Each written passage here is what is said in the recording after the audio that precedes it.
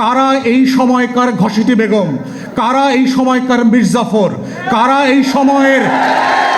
এই সময়ে লেন্দুক দর্জির মতো করে আমার আজাদি দিনে দিনে রাতে রাতে বিক্রি করে দিচ্ছে, কারা চেতনার নামে নামে আজাদি বিক্রি করে দিচ্ছে, কারা জগৎ শেঠ, উমিচাঁদ, রায়দুল্লভ, কৃষ্ণপদ রায় চৌধুরীর মতো সীমান্ত বিক্রি করে দিচ্ছে, আমার দেশ বিক্রি করে দিচ্ছে, আমার স্বার্থ বিক্রি করে দিচ্ছে। তারা রাজনৈতিক দলের মধ্য থেকে আছে, তারা আমলাতন্ত্রের মধ্যে আছে, তারা সশস্ত্র বাহিনীর মধ্যে আছে, তারা আমার প্রত্যেকটা রাষ্ট্রের পরতে পরতে এই লেন্দুক দর্জি আর মির্জাফরদেরকে চেনা হচ্ছে গত বছরের গণ অভ্যুত্থানকে বাঁচিয়ে রাখার প্রধানতম শর্ত। অতএব বাংলাদেশের এই সহযোদ্ধা তরুণ এবং যুবকদেরকে বুঝতে হবে, এই রাষ্ট্রটাকে যদি পুনর্গঠন করতে হয়, তরুণদের যুবকদের স্বপ্ন বাস্তবায়নের রাষ্ট্র করতে হয়, সেই ঘাপটি মারা লেন্দুক দর্জি আর মির্জাফরদেরকে এক্সপোজ করা হচ্ছে আজকের যুব সম্মেলনের প্রধানতম ইস্তেহার হওয়া উচিত বলে আমি মনে করি।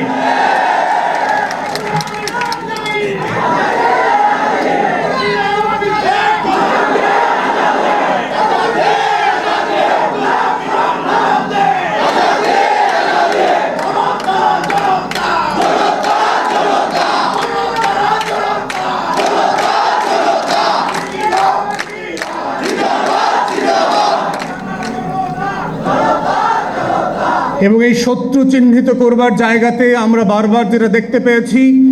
গণ অভ্যুত্থানের পক্ষের শক্তিরা যারা কাঁধে কাঁধ মিলিয়ে পাশে পাশ মিলিয়ে স্নাইপারের গুলের মুখে একসাথে শাহাদাত বরণ করেছে, সেই একই রক্তের রঙিন হওয়া মানুষগুলো আজকে ভিন্ন ভিন্ন বক্তব্য দিয়ে একজন আরেকজনকে শত্রুপক্ষ তৈরি করছে। এইটা যদি আমরা বন্ধ না করি, গণ অভ্যুত্থানের পক্ষের শক্তিগুলোর ভিতরে যেভাবে ফাটল ধরানোর চেষ্টা করা হচ্ছে, গণ অভ্যুত্থানের পক্ষের শক্তিগুলোকে একজনকে আরেকজনের পক্ষের বিপক্ষের খলনায়ক বানানোর চেষ্টা করা হচ্ছে, নতুন করে বয়ান তৈরি করবার চেষ্টা করা হচ্ছে, দিল্লির গোলামরাই তৈরি করছে ও আসলে দিল্লির গোলাম। তাই আমাদেরকে সাবধান হতে হবে, বন্ধু বেশে কারা কারা আজকে দিল্লির গোলাম বানানোর জন্য